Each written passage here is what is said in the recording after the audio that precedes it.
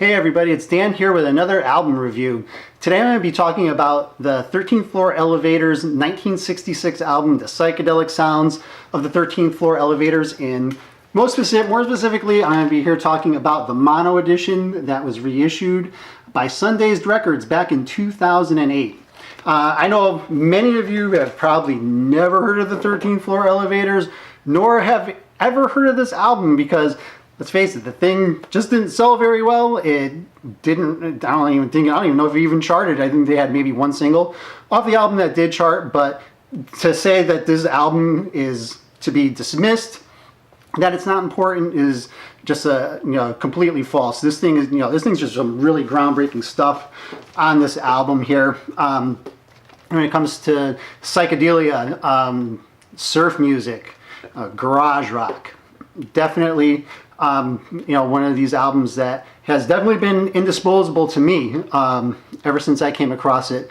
Probably, I did get this reissue when it first came out in 2008, so I probably had a CD version of this back in 2006. I had the stereo version, and of course I, going on the boards, heard a lot about this mono edition here and how it was, really revolutionary type of stuff compared to the stereo version, because in the stereo version, it was just a mix that's just drenched in reverb and distortion and whatnot. But to me, it's still cool. But I was definitely very curious about the mono edition. That's why I'm, just when this thing came out back in 2008, I was all over it and had to get it into my collection. So let's talk about the mono edition itself here. I'm going to go with the little blurb here that Sundazed put at the front of the album here. It says here, for the first time in 40 years, here it is in dangerously powerful mono. Exactly as it was intended. The stupefying debut album by Texas's heroic psychedelic point men, the 13th Floor Elevators.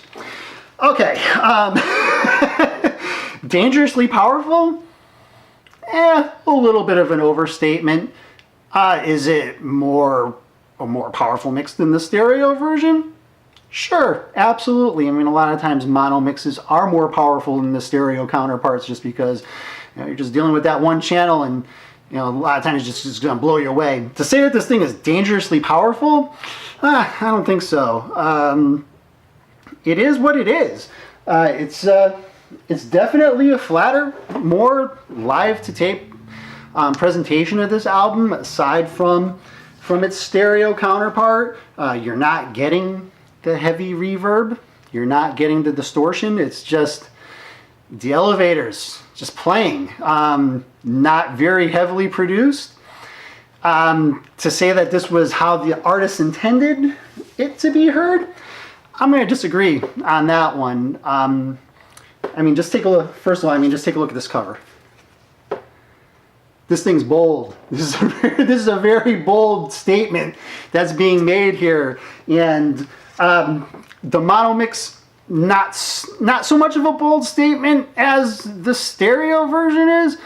I think that the mono version is something that the artists definitely had to present in 1966, even though we were looking at music going more into that stereo area there, and mono is becoming less and less prevalent. But in 1966, mono was still very important. It was an important part of the market, and if an artist was to say we're not going to do a mono mix, they would definitely be cutting off some of their customer base.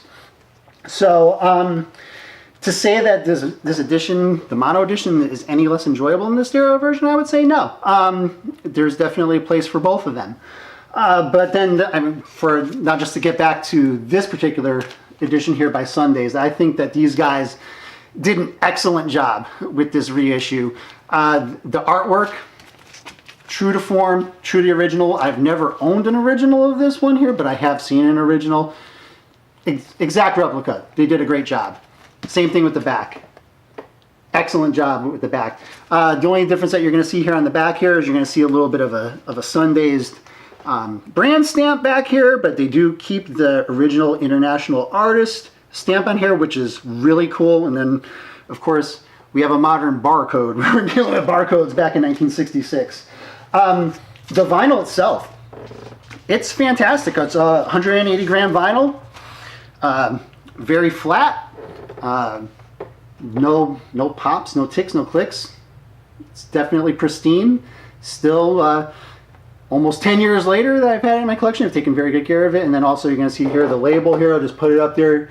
It's a replica of the International Artist label of the original album there, but just with the Sundays branding on it. But yeah, this thing is great. It's very high quality. To say that there was a need for this album in 2008 to get it reissued in this is definitely an understatement. Even though it wasn't a very popular album, I doubt that this reissue sold very well, but for the people that needed it and the people that wanted it, it was great that it was there. Because even today, these things are still showing up on eBay. I just saw it today. There's a couple just very good copies of the mono edition of this album, and people were asking $1,000 for them.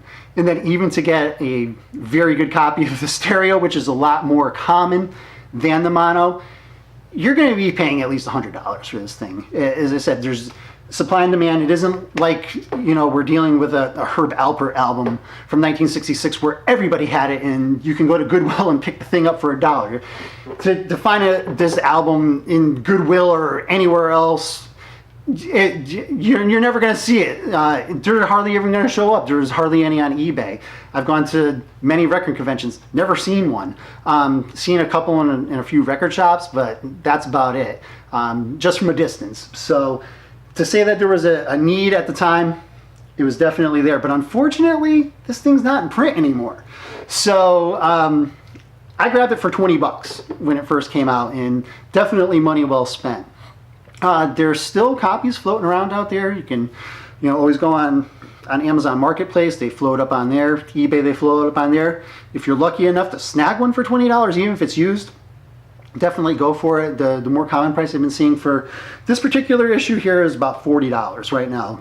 And I would say that even $40 is totally worth it. If you're a person that's never heard this album before, but's into either psychedelic, garage, surf music, just even music from the era from the 1960s, you need to have this album in your collection. And this particular one here by Sundays, these guys just did an excellent job with this. I kind of wish that they did a stereo version too, because I mean, I just have one stereo version of this album. It's on CD. It is what it is. I would like to have a nice vinyl copy of this, a good stereo copy to serve as a counterpart to this particular one. But, you know, maybe in due time there is going to be someone that's going to come up here and reissue this thing. So my advice to anybody here, if you're interested in this album, it's definitely a buy. Go check it out. And if you like this video, hit a like. Throw some comments down there if there's any stories that you guys have about this particular album, especially if you were around in this area in era 1966. I wasn't even born yet. I'd love to hear your stories, and definitely any feedback that you have for me on these videos. Maybe anything that you want to hear me talk about. I may have one of those albums in my collection, and you may find itself on a future video. So definitely give it a like, hit a subscribe. Got more videos coming up here. If you want to connect with me on social media, everything's going to be in the description of the video. And until next time, I will catch you later. Thank you very much for viewing this.